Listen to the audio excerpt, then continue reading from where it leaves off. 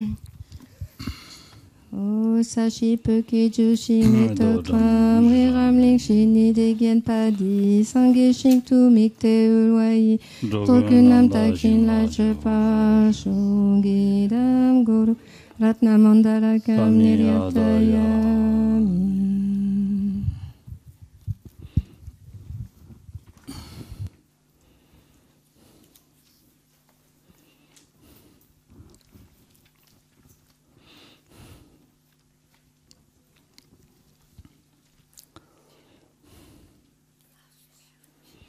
됐네. 단나주게 가발레르다. 마바들베. 유진기 되지. 다 유지되지 차베기 저러.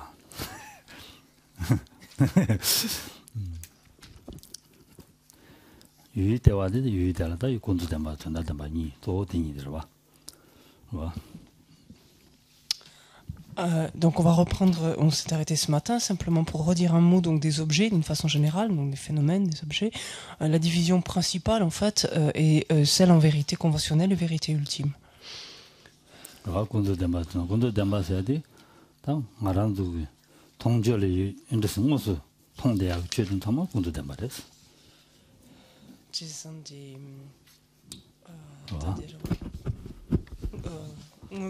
원주로 비춰서나 네 이 말이야 원주 비춰 상말로 군도된 말이스 고주 비춰 나올라 아니 군도된 바다 된다든 많이 요레스 와 고주 비춰 나올라 군도된 바다 된다든 많이 요디가네 아다 저 강에는 뒤 내로 떠야 거는 게 시에서나 안 되리스 가서래 된다든 말로 그랬어 그래 저 남게 내루 세는 거야 이게 시행되가네 단단단 말도 그래서 되면은 고중은 줄 라서 고중은 줄 요래 좋아요 와 고줄라야 니 요래 고줄라야 단단단 바 영야다 맹이 요래 와 원줄라 이 맞아 고줄라 니 요래 다 미다바잖아 고줄레스 군도단 말이스. 그래서 되니 다디마이 바다 내루게 지시엔디가네 거기 내주 다 딘도 고주로 와 단담담 바사야디 그런 게 내주 타도디 제바지는 내야 되라 아니 단담담 바슬라 말이스. Donc pour récapituler donc brièvement ces deux grandes divisions, donc celle qui distingue entre des phénomènes qui sont cachés et des objets ou des phénomènes qui sont cachés et des phénomènes qui sont manifestes, on peut dire largement que tous les phénomènes manifestes donc sont des vérités conventionnelles, puisqu'en fait par phénomène, comme on a vu, manifeste, ce sont tous ces objets auxquels on a accès immédiatement par l'intermédiaire donc de nos facultés sensorielles et donc que l'on connaît par nos consciences sensorielles notamment. Donc tous les phénomènes, tous les objets manifestes sont des vérités conventionnelles. Pour ce qui est des phénomènes ou des objets cachés, il y a parmi eux certains qui sont des vérités conventionnelles, d'autres qui sont des vérités ultimes. Prenons l'exemple de l'impermanence. L'impermanence est un phénomène qui est caché, donc notre perception d'être ordinaire, au sens où nous avons besoin de passer par une preuve, une raison pour accéder à l'impermanence, donc c'est quelque chose qui nous est caché. Il n'empêche que que l'impermanence est une vérité conventionnelle. Qu'est-ce qu'on entend par une vérité ultime? C'est ce qui est trouvé au terme, en fait, d'un examen donc qui s'interroge de la manière ou qui examine la manière dont existe un phénomène, dont existe réellement, dont existe véritablement un phénomène.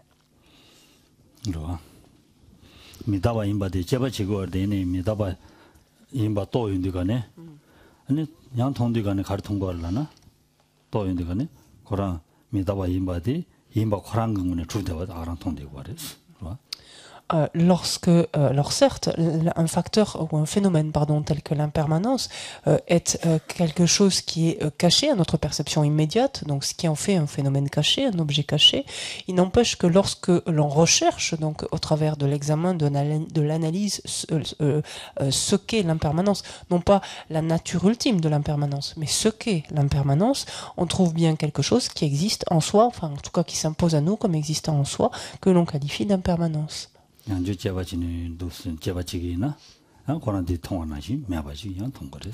Et donc, et donc au terme de ce premier examen, on trouve donc la vérité conventionnelle qu'est l'impermanence. Maintenant, si ce phénomène qu'est l'impermanence, une fois qu'on l'a trouvé en l'examinant de façon conventionnelle pour savoir ce que c'était, si on s'interroge de savoir comment est-ce que ce phénomène existe, comment est-ce que il existe finalement, ultimement, là par contre, on trouvera en fait la vérité ultime de l'impermanence, c'est-à-dire l'absence d'existence intrinsèque, en d'autres termes, de l'impermanence. Et ça, c'est une vérité ultime.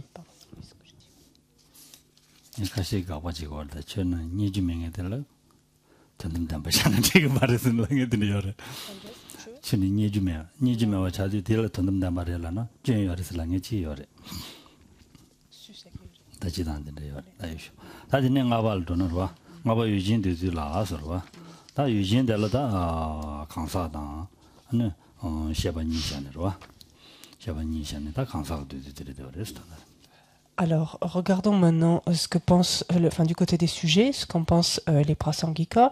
Donc, quand on parle des sujets, on se souvient qu'on parle de 3 catégories, mais on a envisagé surtout les 2 premières, que sont d'un côté les personnes et de l'autre les consciences, donc les perceptions. Donc, on va retrouver de la même façon ici cela.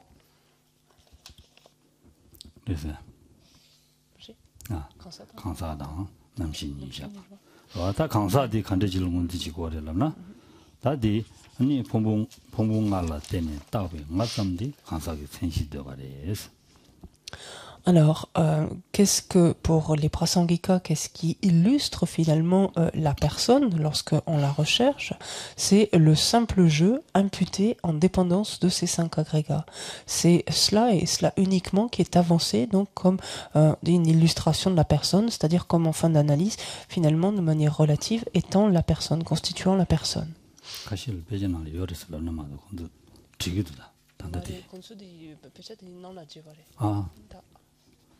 Non, parce que c'est dans le texte, on n'est page 28, donc voilà.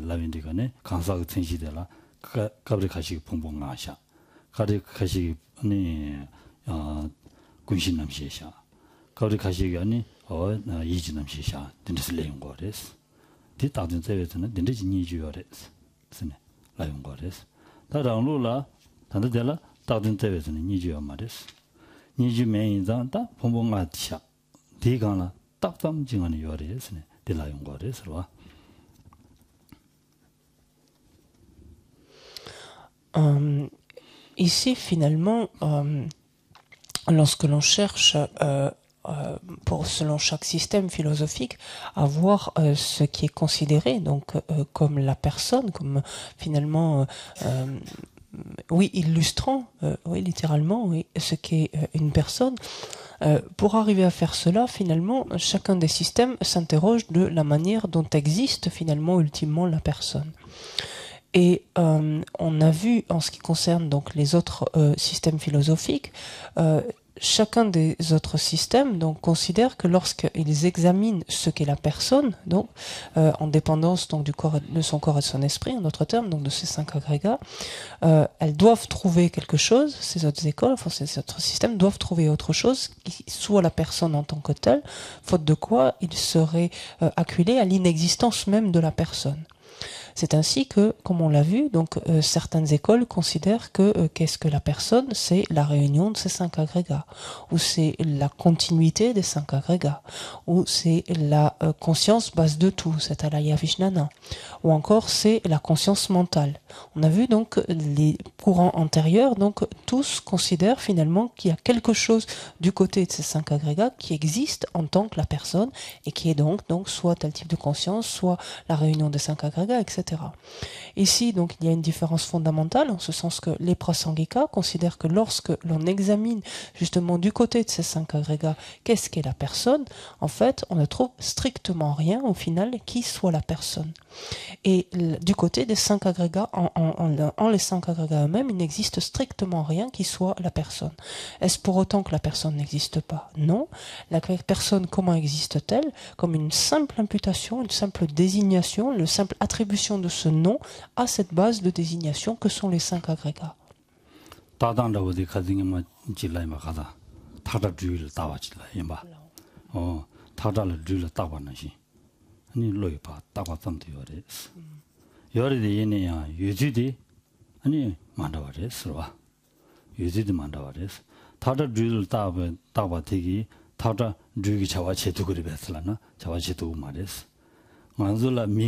미신 따바나시 미기 자와체 두고레스 아니 본봉하고 가론라 강사 따바나시 강사기 자와체 두고레스 봐 디만다와레스 딱 본봉알라 본봉하고라 강사선 따바점 요사 본봉아 뭐 가론라 마시는 따바점 슬러브와 언제다 강사 따바점도 요레스 디 강사기 자와체 두고레스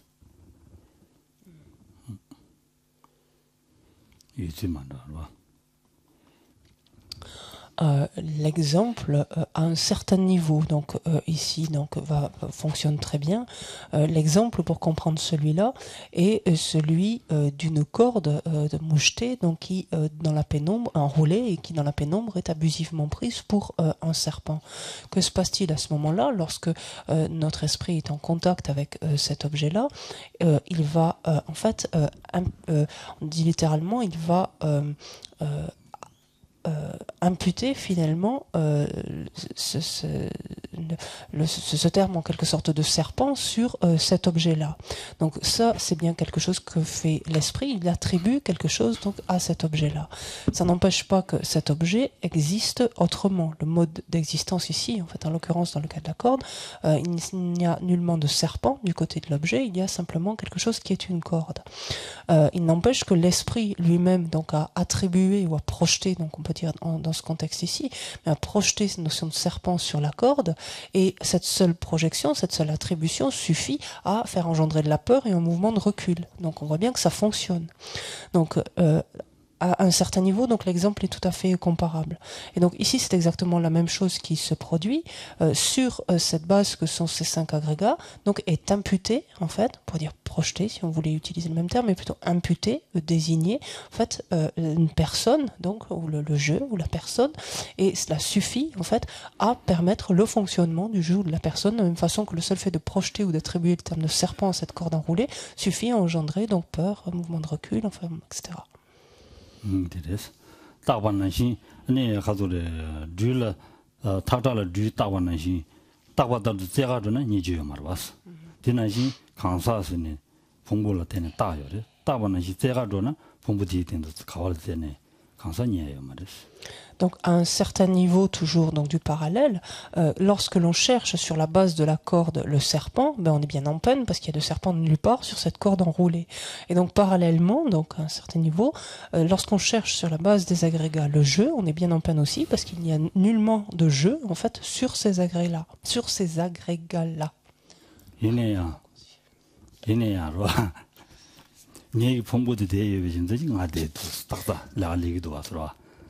Ni Pombo de 대여비 준지지 네간데 대여비 준지지 마대도 선다다 랍투도 와서 얘네 타그라디 피게 여비 준지 주도 랍투 말스 디베트로 와서 Mais là où par contre donc il y a une distinction, enfin une dissociation complète de l'exemple, c'est que par contre lorsque les 5 agrégats je la parle de lui ici, il dit lorsque mes 5 agrégats sont réunis, vous pouvez dire je suis en face de vous en fait. Ça fonctionne légitimement en tant que tel. Par contre lorsque la corde enroulée mouchetée est en face de vous, vous pouvez nullement dire ensuite que le serpent se trouve là, en fait.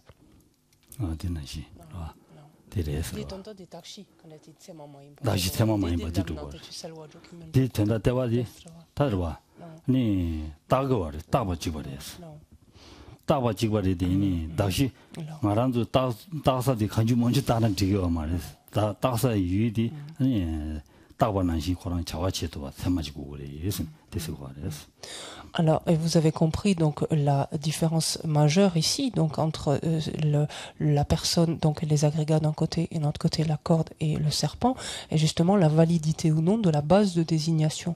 En ce sens que dans le cas des agrégats, les agrégats constituent la base de désignation valide pour, pourrait-on dire, recevoir cette étiquette, cette désignation en fait de personne et fonctionner donc en tant que telle.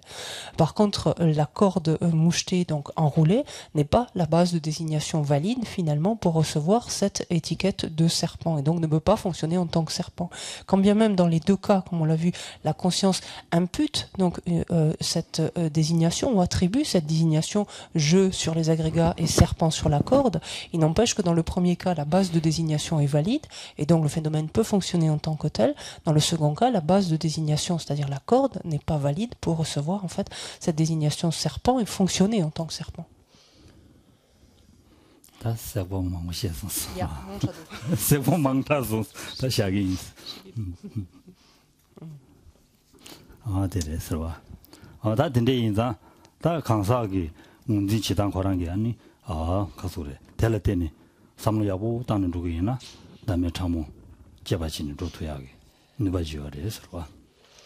En tout cas, cette indépendance donc d'une telle réflexion, donc de l'utilisation de telles analogies et de l'approfondissement d'une telle réflexion, que l'on peut ainsi arriver donc à percer la nature ultime finalement de la personne, le mode d'existence ultime de la personne, et accéder donc au non-soi subtil de celle-ci. Ça, quand ça qui tient dans chaque une, tant de chatan d'une chaîne de gomme, de tenir dans les soirs. Quand ça qui tient dans chaque une, ni 풍봉하고 가로라 때니 딱배 맞담 샤기나 와 아니 다다 주그레스 알리 강코마 기게죠 강룬 강코마 소메 감라 풍봉하가 메인자 다다 주그레스 와 남시 풍부여로 와 다 풍봉하고 가로라 되거든 남시 풍부라 딱소 소메 감이나 그래서 pombo chasan maimba inédit quand des pombo chikni ina de digres kanun la tene tawe ngazam sila kansa sini shagina digres. Donc il est tout ce qui est posé ici dans le texte, à savoir que le simple jeu imputé en dépendance des 5 agrégats est avancé comme étant l'illustration de la personne, ça c'est tout à fait correct. Par contre, on ne peut pas poser ça exactement comme étant la définition de la personne.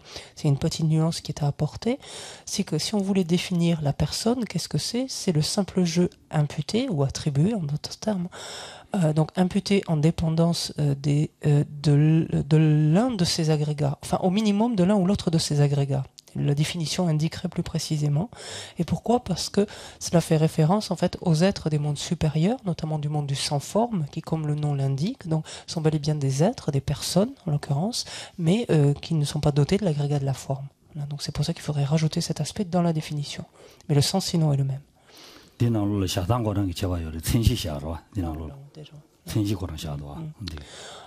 Ici, c'était tout à fait correct dans la mesure où il s'agissait simplement d'illustrer en fait ce qu'était la personne, et on peut très bien donner donc comme illustration ce qui est indiqué. Si on le définit, il faut être plus précis, donc il faut pouvoir inclure tout ce qui peut, enfin tous les cas de figure de personne en d'autres termes.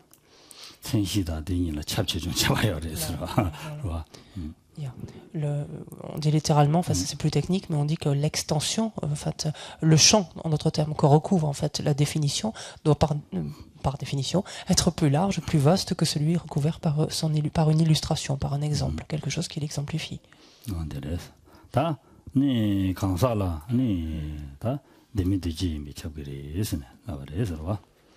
Alors la personne, ensuite il est dit, entre dans la catégorie des phénomènes composés ne relevant ni de la forme ni de l'esprit. Habituellement on dit ni exclusivement de la forme ni de l'esprit.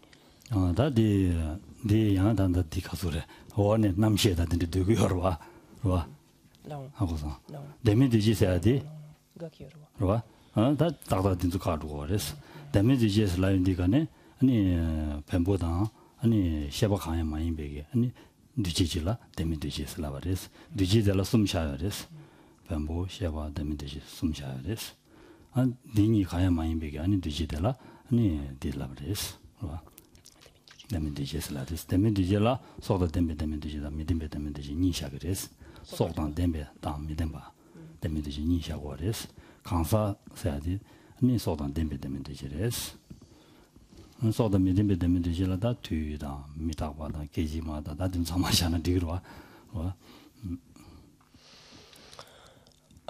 Cette notion ici donc fait référence à une subdivision donc de l'ensemble des phénomènes composés, des facteurs composés, en ces trois catégories. C'est-à-dire que tout phénomène composé va relever soit de l'esprit, va relever soit de la forme, ou on dirait finalement plus justement de la matière, hein, en opposition à l'esprit. Donc soit de l'esprit, soit de la matière, soit ne relever ni de l'un ni de l'autre, ou sous-entendu ni exclusivement de l'un ni de l'autre. Et la personne donc entre justement dans cette troisième catégorie. Et dans ces phénomènes donc composés qui ne relèvent ni de la forme ni de l'esprit, il y en a qui sont animés et d'autres qui sont inanimés. Justement la personne est un des exemples de phénomènes composés ne relevant ni de la forme ni de l'esprit qui est animé.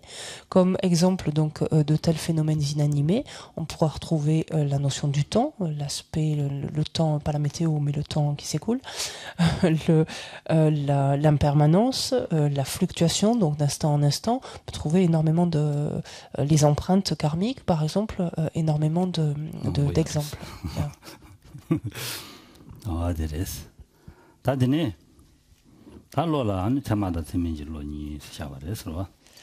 Alors voici pour ce qui relève des personnes en relation avec les sujets. Maintenant, ce qui relève de l'esprit ou des perceptions, on va retrouver des choses semblables et des choses franchement distinctes.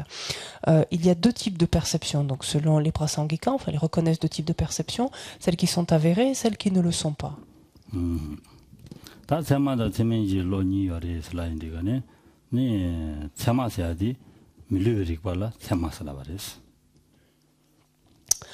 Une connaissance infaillible, donc, est pour un prasangika une perception avérée.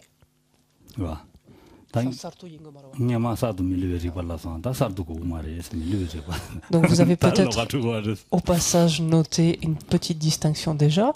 Jusqu'à présent, un tsema, c'est-à-dire une perception avérée, et c'est la raison pour laquelle on rendait ce terme jusqu'alors par perception initiale et avérée, était une perception nouvelle et infaillible. En fait, oui c'est ça, une perception, donc une connaissance, peu importe, mais une perception nouvelle et infaillible. Pour les prasangika, la perception avérée est simplement une perception infaillible. Donc, une connaissance, si on veut pareil, mais infaillible. Il n'y a plus cette notion de nouvelle.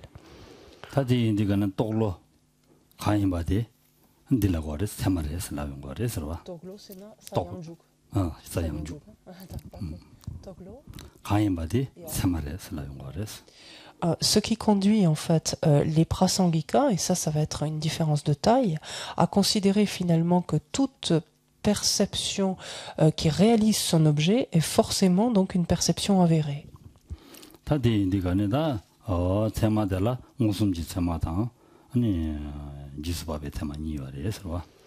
Alors lorsque sont distinguées les perceptions avérées, donc on retrouve les mêmes un petit peu, c'est-à-dire des perceptions avérées qui sont directes et celles qui sont inférentielles.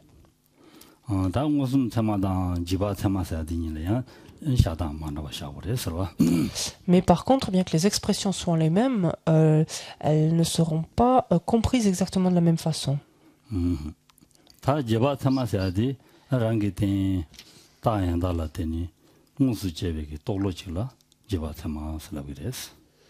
Alors, qu'est-ce qu'en effet on entend par une perception donc avérée inférentielle? C'est une perception qui réalise son objet et qui est produite directement en dépendance d'une preuve.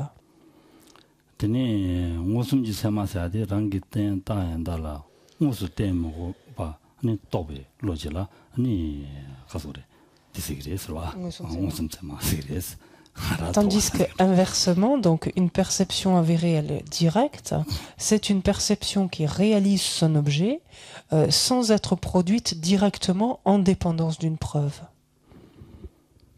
Vous avez eu le temps de noter? Pardon.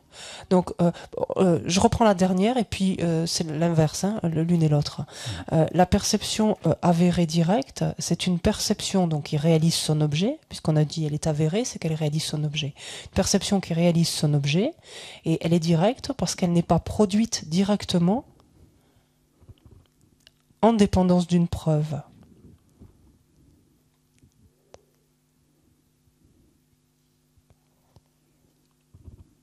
Alors que la perception inférentielle, elle est produite directement en dépendance d'une preuve. C'est la même chose. Inverse.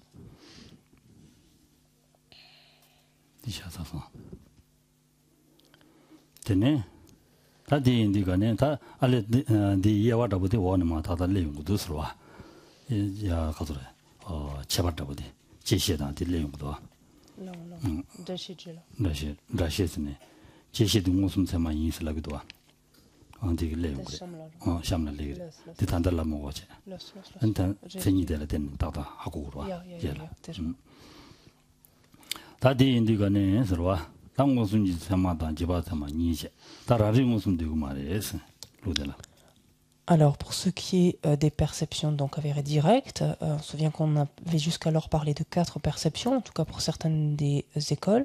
Les Prasangika n'admettent pas l'auto-perception directe.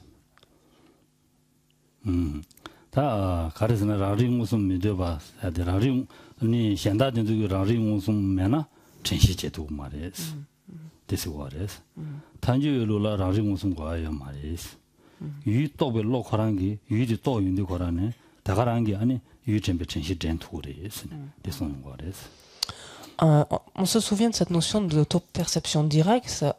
Quelle était la raison de son existence? Donc, pour certaines écoles, c'était qu'ils considéraient que l'auto-perception directe était indispensable à la possible survenue ensuite de la mémoire, en fait, de pouvoir se souvenir en fait de l'objet perçu, l'objet appréhendé.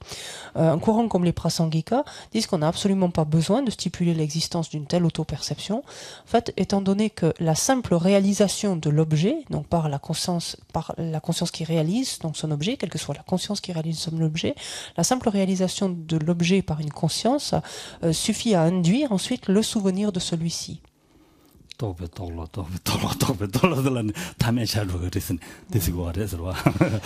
donc en fait c'est un petit peu comme une mise en abîme, puisque la réalisation d'un objet induit la mémoire, donc laquelle mémoire donc réalise nouvellement son objet qui induit une autre mémoire, et ainsi de suite en fait. Donc c'est un processus de mise en abîme, donc continu. Une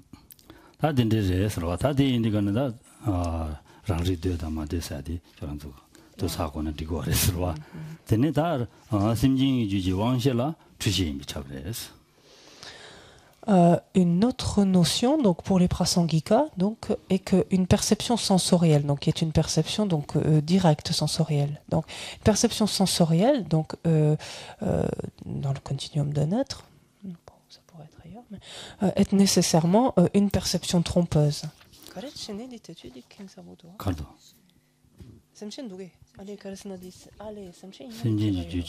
Ah oui, c'est toujours pareil. Alors oui, c'est un détail qui est important donc en fait, parce que quand je lis simplement dans le continuum d'un être, je me dis je vois pas où ça pourrait être ailleurs finalement une perception sensorielle que dans l'esprit d'un être. Mais c'est ce terme en tibétain qui est semchen et qui distingue en fait un être est soit un semchen, soit un Bouddha en d'autres termes. Des sanguet un semchen de Kiewa. Donc en fait c'est encore un objet de débat, ça. C'est un point de potentiel de débat.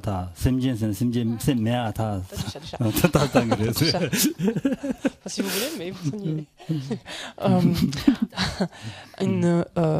donc le point c'est ça, c'est de distinguer. Oui. Teslakin. Vous êtes honnête. ce qui est posé ici, c'est le continuum mental d'un être, c'est-à-dire d'un être qui est d'un être ordinaire jusqu'au dernier instant du continuum d'un bodhisattva, la 10e terre. Tout ça, tout ça, ça relève de ce qu'on appelle Semchen en tibétain et qu'on traduit par un être.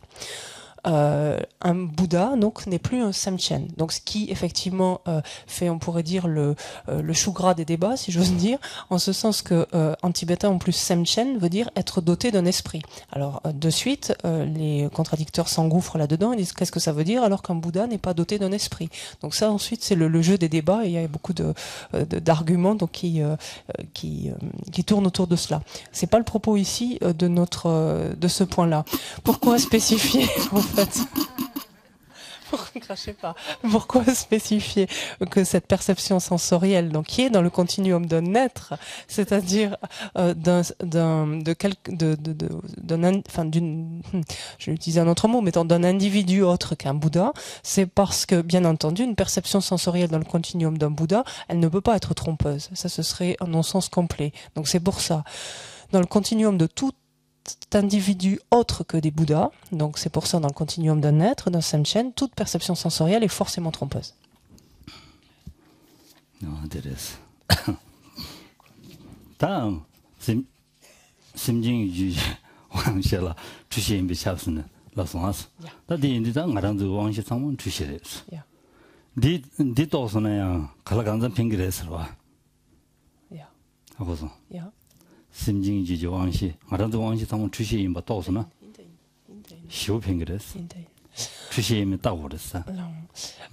Il est clair que cette notion qui paraît anodine comme ça, comme un entrefilet entre d'autres notions, si on y réfléchit plus avant et qu'on essaie finalement de se l'approprier, elle nous interpelle, on ne peut plus, parce que qu'est-ce qu'elle nous dit? Elle nous dit que finalement toutes les consciences sensorielles que l'on a, c'est-à-dire en tout cas les perceptions sensorielles que l'on a, au travers de nos 5 sens, sont trompeuses, c'est-à-dire qu'il y a une marge de méprise dans tout ce que l'on perçoit continuellement, quotidiennement. C'est ce que ça veut dire fondamentalement.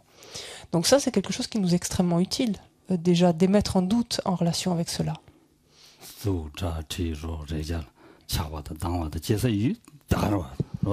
Parce que ça touche finalement tout ce avec quoi on interagit continuellement, que ce soit donc ce qui relève de la forme, ce qui relève des sons, ce qui relève du toucher, etc. C'est ce dont sont faits tous nos objets d'attraction, tous nos objets d'aversion, tous ces objets sont faits de tout cela. Et donc, si l'on peut concevoir et l'on peut déjà considérer qu'il y a quelque chose de trompeur dans la perception qui nous amène à appréhender donc de tels objets, c'est quelque chose qui est des plus bénéfiques.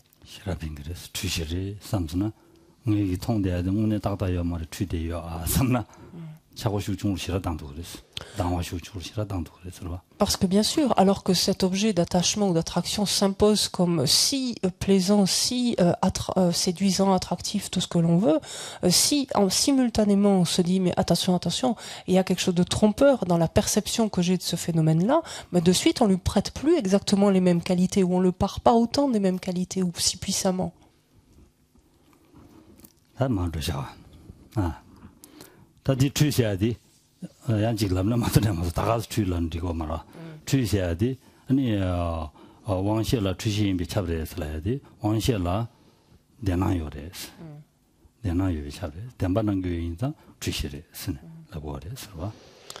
Vous avez bien donc compris cette notion ici de trompeur, c'est-à-dire que toutes les consciences en fait ici sensorielles, donc à toutes les consciences sensorielles apparaissent l'existence véritable. C'est-à-dire que tout ce qui apparaît aux consciences sensorielles donne l'impression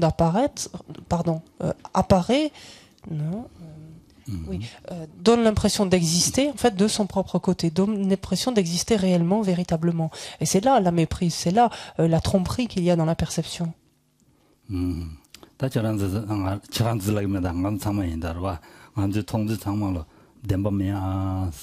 인지미지 삼쇼 아스와.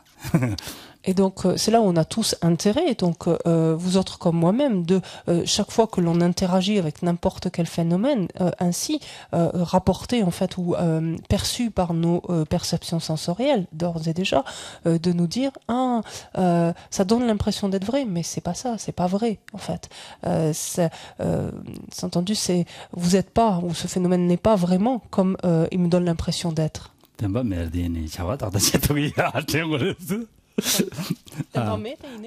merda ineya chaje lesson takta juktu ya asra de majana chedal dugura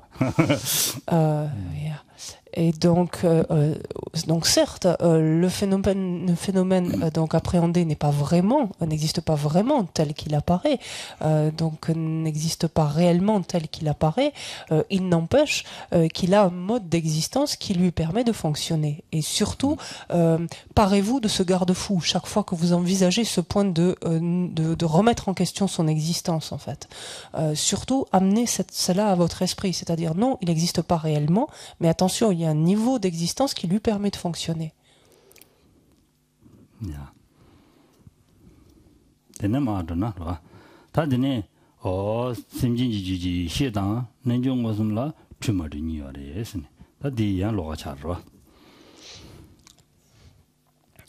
Là aussi, le point suivant est spécifique au Prasangika, étant donné qu'ils avancent Semchenkigula, Chikwarwa. Alors, pareillement, donc, ce n'est pas stipulé dans le texte, mais c'est toujours dans le continuum d'un être, donc, sous-entendu qui n'est pas un Bouddha, donc d'un Semchen. Les perceptions mentales, comme les perceptions yogiques directes, peuvent être parfois trompeuses, parfois non trompeuses. Et ça, c'est spécifique également, donc, à ce courant. 하디 인디가는 다 이시라 추마드니 샤야디 심진주지 이시라 니 미초바디 돈용우선도 비시 가인바디 미초바레스. Donc les perceptions mentales qui seraient non trompeuses dans le continuum d'un tel être, donc ce seraient des perceptions mentales qui s'élèvent lorsqu'est réalisée directement la vacuité ou lorsque l'on se trouve en équilibre méditatif sur la vacuité. Là, on a affaire à des perceptions qui sont mentales et qui ne sont pas trompeuses de fait. Il n'y a pas de distorsion entre ce qui apparaît à l'esprit et la manière dont la chose existe réellement. 가서래 메도디 띵도 덴바메 봉고선도 또 바레스 메도기 덴도 덴바메 봉고선도 또 윤디가네 메도디 덴바 초베 나와 낭차 지 용투고 말레스 되나. En effet, donc lorsque une telle personne qui a réalisé directement la vacuité donc appréhende par exemple le mode d'existence, la manière dont existe réellement la fleur par exemple, donc ce qu'elle appréhende, c'est l'absence d'existence véritable de la fleur. Et lorsque elle appréhende cette absence d'existence de la fleur, à ce moment-là, ce qui lui apparaît reflète complètement son absence d'existence en fait, puisque ce n'est plus la fleur mais le vide qui apparaît à ce moment-là, à cette perception-là, à cette perception mentale-là. Et ce vide reflète bien l'absence d'existence de la fleur. Donc il y a bien compatibilité entre l'apparence et l'existence, le mode d'existence ultime de celle-ci.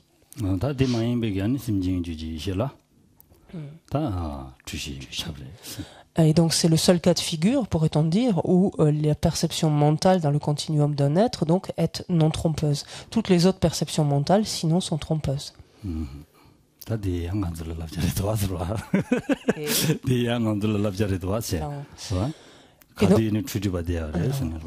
Et ce qui nous renvoie finalement le même conseil, ou nous fait la même suggestion que précédemment dans le cas des perceptions sensorielles. Ça veut dire qu'en ce qui concerne bon nombre d'entre nous, finalement, toutes nos perceptions sensorielles et mentales incluses, finalement, sont trompeuses.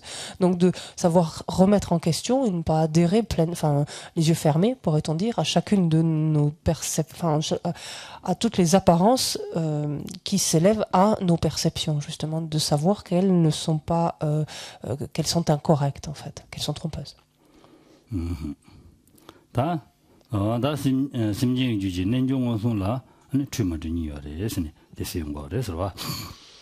Les perceptions yogiques directes, donc toujours dans le continuum d'un tel être, donc ce qu'on appelle un samchen, autre qu'un Bouddha, peuvent être elles aussi donc trompeuses et non trompeuses. 와 심지지 nen종 무슨라 추마지니 예사데 다 심지지 nen종 무슨라 추베 샤바디 가르샤 고르라나 미야 가소레 차베미다 바다 간사게 다음에 락바 무슨도 도베 nen종 무슨 언젠도 샤고레스 와 Dans quel cas de figure, donc, on aurait affaire à des perceptions yogiques directes qui seraient trompeuses. Qui seraient trompeuses, parce qu'on s'attendrait, comme dans le cas des écoles précédentes, à ce qu'elles soient toutes non trompeuses. Dans quel cas de figure sont-elles trompeuses? C'est lorsque un tel être, donc, et ici plus spécifiquement, faudrait-il dire un être ordinaire, donc sous-entendu un être qui n'a pas encore réalisé directement la vacuité. Donc, dans la mesure où un tel être ordinaire, par exemple, a une perception yogique directe de l'impermanence subtile. Là, on a affaire à une perception qui est trompeuse. Ou encore, lorsqu'on est en présence d'une perception yogique directe du non-soi grossier de la personne. Là aussi, on aurait affaire à une perception yogique directe trompeuse dans le continuum de cet être ordinaire.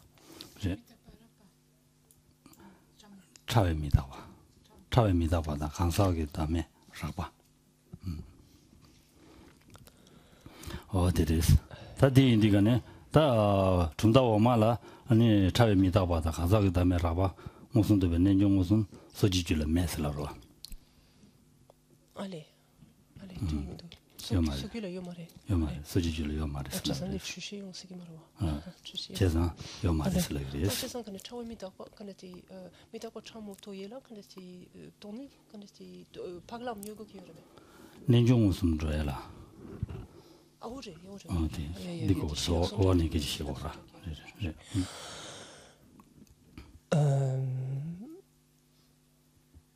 Pourquoi en fait effectivement dire cela? Il faut revenir en fait à cette notion de perception avérée yogique directe. Il faudrait l'expliquer autrement. Bon, la perception pour les écoles inférieures, donc les écoles inférieures considèrent que que les perceptions yogiques, par exemple, la perception yogique directe qui permet de réaliser donc l'impermanence subtile ou le non-soi grossier des personnes n'existe pas, ne peut exister dans le continuum mental d'un être ordinaire. Voilà, c'est ça qu'il faut. C'est un des points de différence déjà. C'est pour ça que pour eux, tout simplement, elles ne peuvent pas être trompeuses, puisqu'un être ordinaire ne peut pas développer de telles perceptions yogiques directes. Voilà.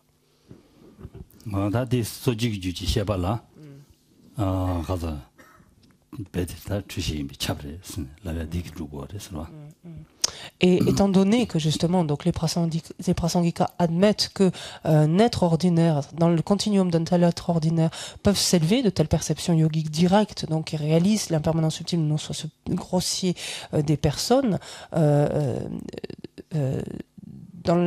ces perceptions donc sont forcément trompeuses. Donc.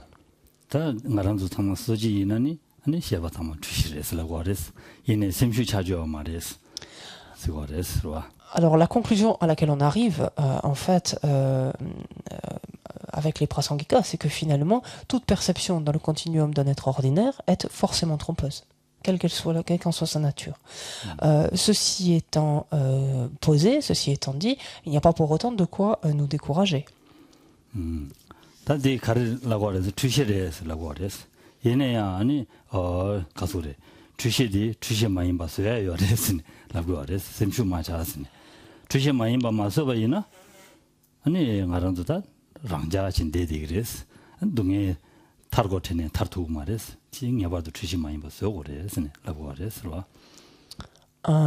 Qu'est-ce que veut dire effectivement le fait d'avoir des perceptions trompeuses? Ça veut dire que quelque part on doit pouvoir accéder à des états où les perceptions ne le sont plus trompeuses.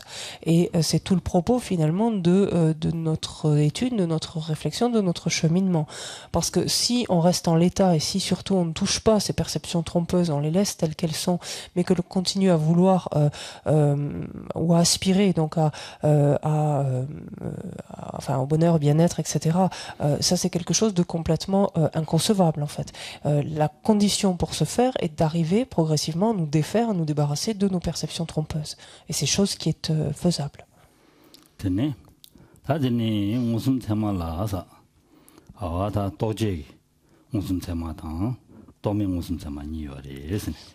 Alors, vient également un nouveau point donc de divergence significative donc avec les écoles antérieures, étant donné que les Prasangika considèrent qu'il y a deux types de perceptions avérées directes. Des perceptions avérées directes qui sont représentatives, c'est-à-dire conceptuelles, on se souvient, et des perceptions avérées directes qui sont non représentatives ou non conceptuelles. Donc ça, c'est complètement nouveau aussi.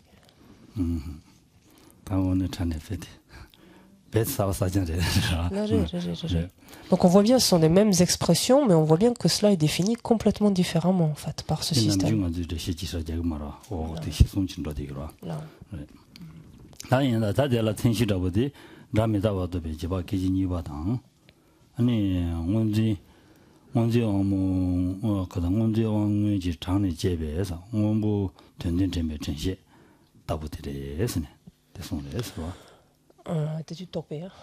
Alors, quels pourraient être des exemples donc de perception avérée directe représentative?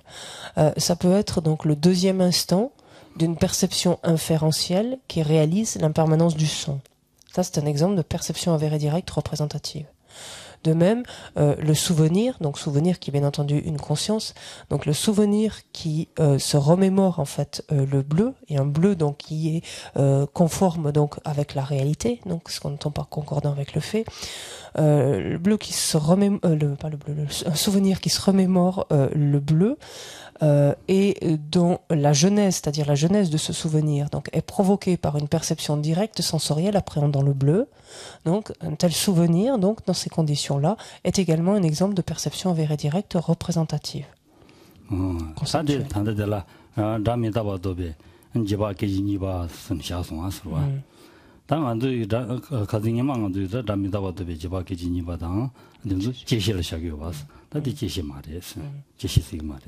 Donc, pour resituer le premier exemple, donc ici, le premier exemple cité est celui du deuxième instant d'une perception inférentielle qui réalise l'impermanence du son. On se souvient que pour les autres écoles, donc on a affaire donc à une perception inférentielle et au deuxième instant de cette perception inférentielle. Donc ça veut dire que pour les autres écoles, ça rentre dans la catégorie des perceptions consécutives ou subséquentes. Donc qui n'est pas le cas donc ici pour cette école, puisqu'ils considèrent que cette perception inférentielle qui réalise l'impermanence du son est une perception avérée directe représentative. Non. Et donc non seulement donc ils considèrent donc que non seulement que ce n'est pas une perception consécutive, une perception subséquente, mais que c'est une perception avérée, donc c'est-à-dire tsema, et en plus ils considèrent que c'est une perception qui est directe. Donc de ces deux points de vue-là, en fait, il y a une différence énorme.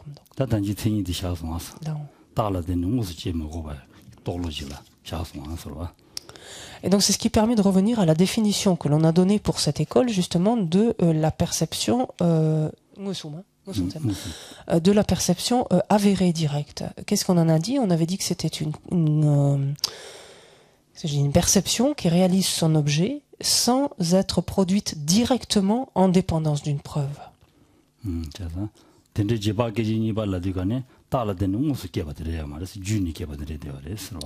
Et c'est exactement donc ce cas de figure ici, ce deuxième instant d'une perception inférentielle qui réalise l'impermanence du son. Oui, dans le cas du premier instant de perception inférentielle, la réalisation de l'impermanence se fait directement en dépendance du son. Mais dans le cas du deuxième instant de perception inférentielle, il ne dépend plus directement en fait du son. Il est induit par le premier instant de perception inférentielle. Donc c'est pour ça que ce deuxième instant devient une perception directe selon les Prasangika.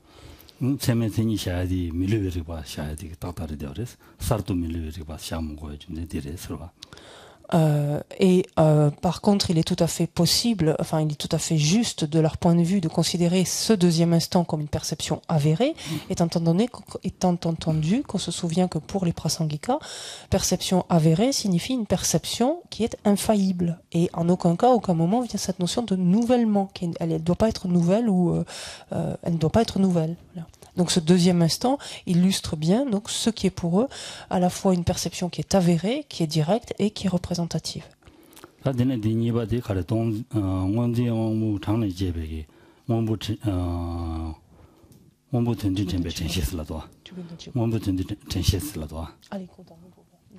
전시스라도 네 똑바레스 똑바레데네 무슨 참아레스라고 그랬어 내가 무슨 참아다 대니디 달라 무슨 제마지 돈이 샤송스 대가랑데 그랬어.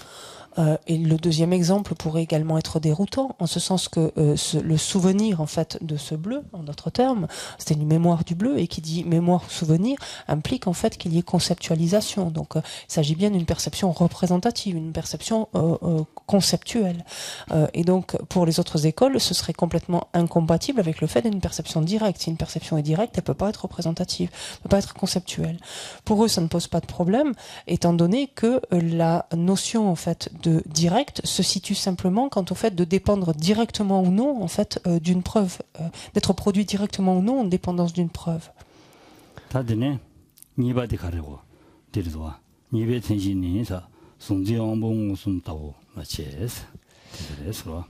Alors, lorsqu'il cherche à illustrer donc des perceptions avérées directes, maintenant non représentatives, là on tombe dans des cas de figure donc avec lesquels on est plus coutumier, c'est-à-dire donc ce sera le cas d'une perception directe sensorielle appréhendant une forme, mais potentiellement donc n'importe quelle perception sensorielle appréhendant son objet.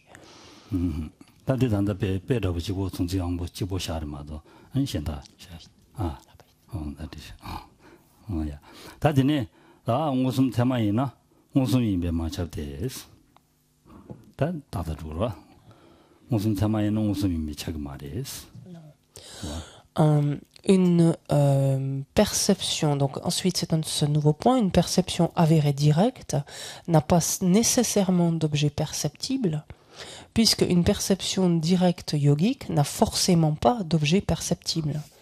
On se rappelle cette notion d'objet perceptible, c'est ce terme qui aurait pu être rendu aussi par objet direct, cette notion de direct que les Prasangika traduisent donc autrement.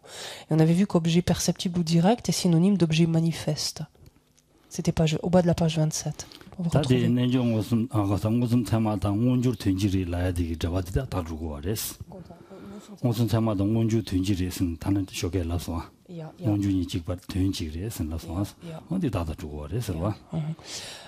Et on le comprend donc effectivement dès lors par exemple que si on remplace cette notion d'objet direct ici perceptible par objet manifeste, on comprend très bien que la perception directe yogique ne réalise pas un objet manifeste de fait, puisque sinon elle ne serait pas une perception yogique, ce serait simplement une perception mentale directe ou sensorielle directe.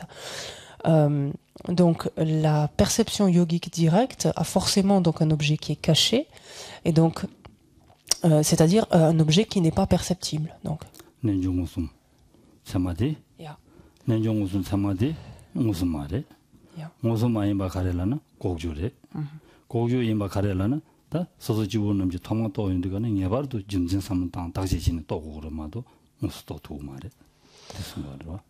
La perception yogique directe, l'objet de la perception yogique directe est forcément en fait un phénomène caché. Caché pour qui? Pour la continuum, pour la conscience, pour l'esprit d'un être ordinaire qui a besoin en fait de s'appuyer sur une preuve, sur une raison, sur un signe pour accéder à ce phénomène caché. Donc, étant entendu encore une fois que caché, c'est pour la conscience ou l'esprit d'un être ordinaire.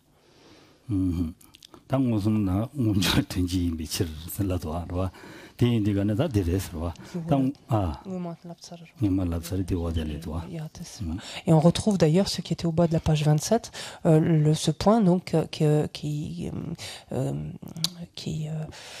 distingue les Prasangika. Donc il en est ainsi, puisqu'objet perceptible, sous-entendu direct, c'est cette notion de direct, pareil ici, et objet manifeste donc sont synonymes.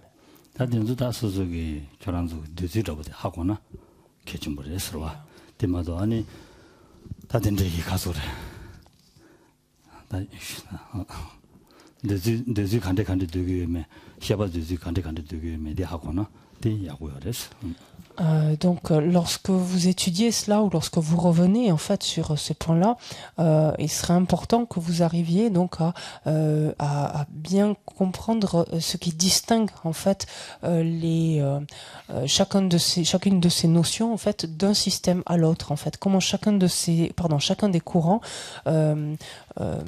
comprend en fait chacune de ces expressions et ce qu'il entend par chacune de ces expressions. Ça, ce serait extrêmement important à bien clarifier.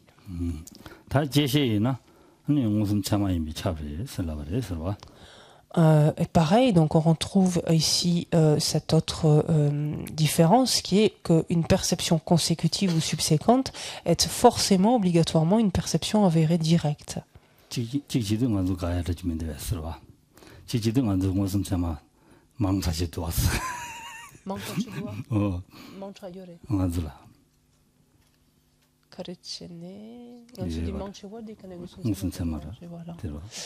Ce qui, au final, du point de vue des prasangika, fait que la plupart de nos perceptions sont des perceptions avérées directes, en fait, de ce point de vue-là.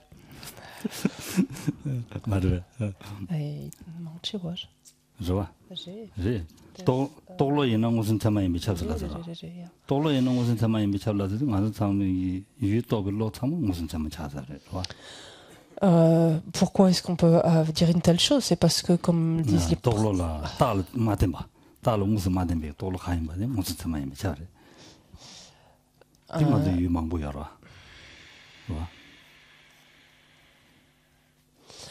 Pourquoi est-ce qu'on peut dire ainsi que la plupart de nos perceptions donc, sont des perceptions avérées directes? C'est parce qu'on se souvient que les prasangika considèrent que est une perception avérée directe une perception qui réalise en fait son objet sans avoir besoin de dépendre d'un signe ou d'une preuve en fait, ou d'un argument ou autre. Donc une perception qui le réalise, on peut dire immédiatement en quelque sorte, sans le passer par le prisme de cet argument, donc est une perception avérée directe.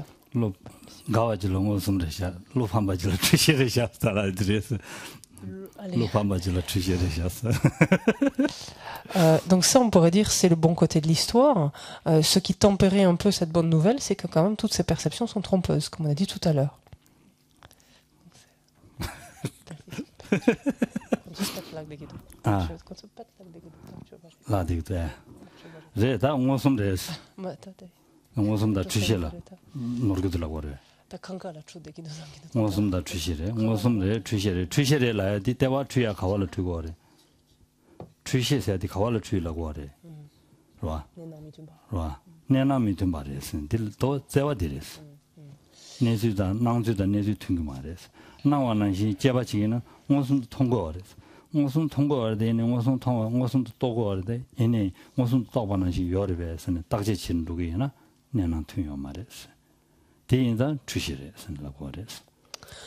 On se souvient de cette notion de trompeur, en fait, ce fait qu'une perception soit trompeuse ou ne le soit pas, se situe quant au fait qu'il y ait ou non, en fait, un désaccord, une distorsion entre ce qui apparaît à cette perception et la façon dont la chose qui apparaît à cette perception existe ou non. Si effectivement l'apparence qui s'impose à cette perception ne reflète pas la réalité, donc s'il y a une distorsion, on a affaire à une perception qui est trompeuse. Si l'apparence qui s'impose à une perception reflète fidèlement la réalité, c'est-à-dire la manière dont le phénomène existe réellement, ça veut dire que la perception est non trompeuse. Donc c'est ça qui est dit. La perception avérée directe, indique que le phénomène est réalisé, qu'il est réalisé directement.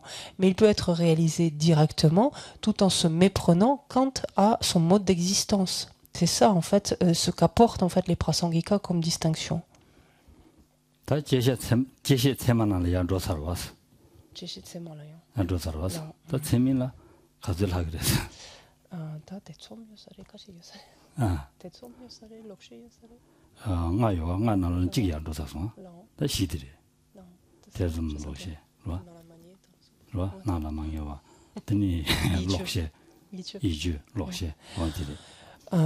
Donc, on vient de dire donc, que pour ce courant, donc, il considérait que les perceptions consécutives étaient des perceptions aux avérées directes.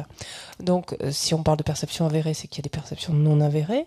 On se souvient que jusqu'à présent, étaient dénombrées 5 perceptions non avérées. On avait dit, à l'époque, on disait non initiales et non avérées, puisqu'en fait, justement, rentrait dans cette catégorie les perceptions consécutives, justement. Donc, ici, on parlera simplement de perceptions non avérées, et il y en a combien? Donc elles sont au nombre de 4, et on va retrouver donc alors les 4 perceptions non avérées restantes, qui sont les perceptions machinales, les perceptions précaires, les perceptions hésitantes, c'est-à-dire le doute, et les perceptions fausses.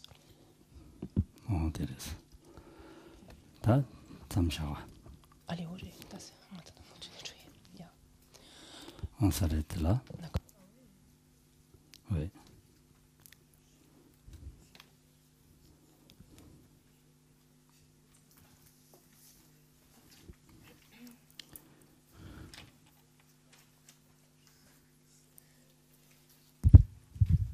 On prend le livre de prière à la page 90.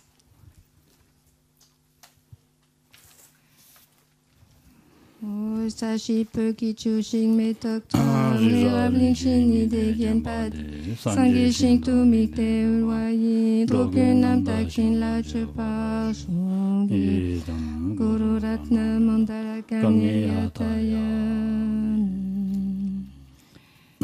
onge wadi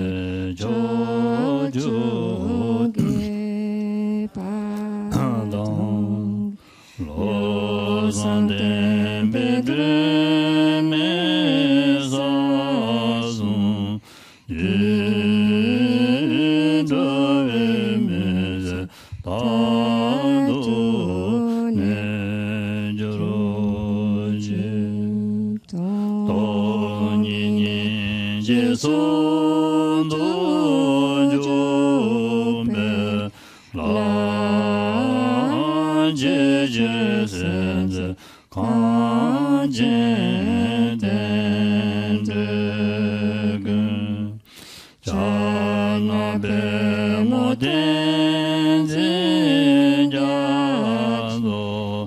La Sawadezo Shede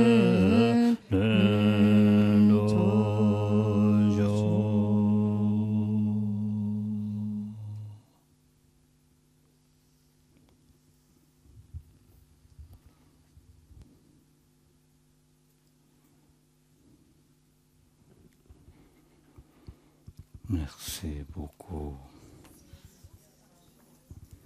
Bonne soirée. À demain. Peut-être. N'est-ce pas? J'espère.